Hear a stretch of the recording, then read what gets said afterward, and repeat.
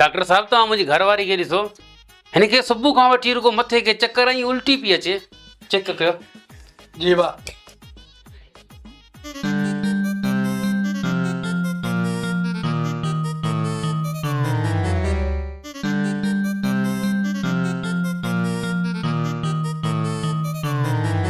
बाबा घबराने का ॻाल्हि कान्हे, तुंहिंजी घरवारी हमल सां आहे। हमल सां? इहो वरी कीअं डॉक्टर? डॉक्टर साहब ईअं थी नथो सघे। इहो तूं सिधो सां कूड़ पियो ॻाल्हाईं। आउं कूड़ छो ॻाल्हाईंदुसि? तुंहिंजी घरवारी हमल सां आहे। हमल जो घर किथे? मुंहिंजो घर किथे? इहो तूं वञी कंहिंखां बि पुछ। कंहिंखां पुछण जी का बि ज़रूरत कान्हे। हिन भागी के घर आऊं पाणे रसंदुसि। उथी तूं हल घर।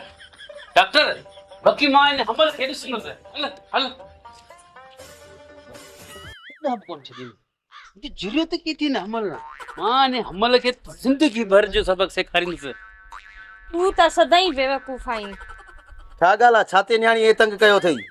यार तूं मठ कर असांजे मसइले में विच में न ॻाल्हा। आख़िर मसलो छा आहे? यार मसलो इहा ही हमल सां आहे। अरे पोइ लालती रे हिन ॻाल्हि में त ख़ुशी आहे न। अड़े मां को तो वांगुरु बेघर त थोड़ी आहियां। बेगरत? अरे निभागा पेट सां आहे, ॿार अथसि पेट में। अच्छा हमल उन्हीं के चइबो आहे? बाक़ी छा खे अरे मां कंहिं हमल ॿिए खे बि ॾिठो यार, मुंहिंजो उहो हमल आहे।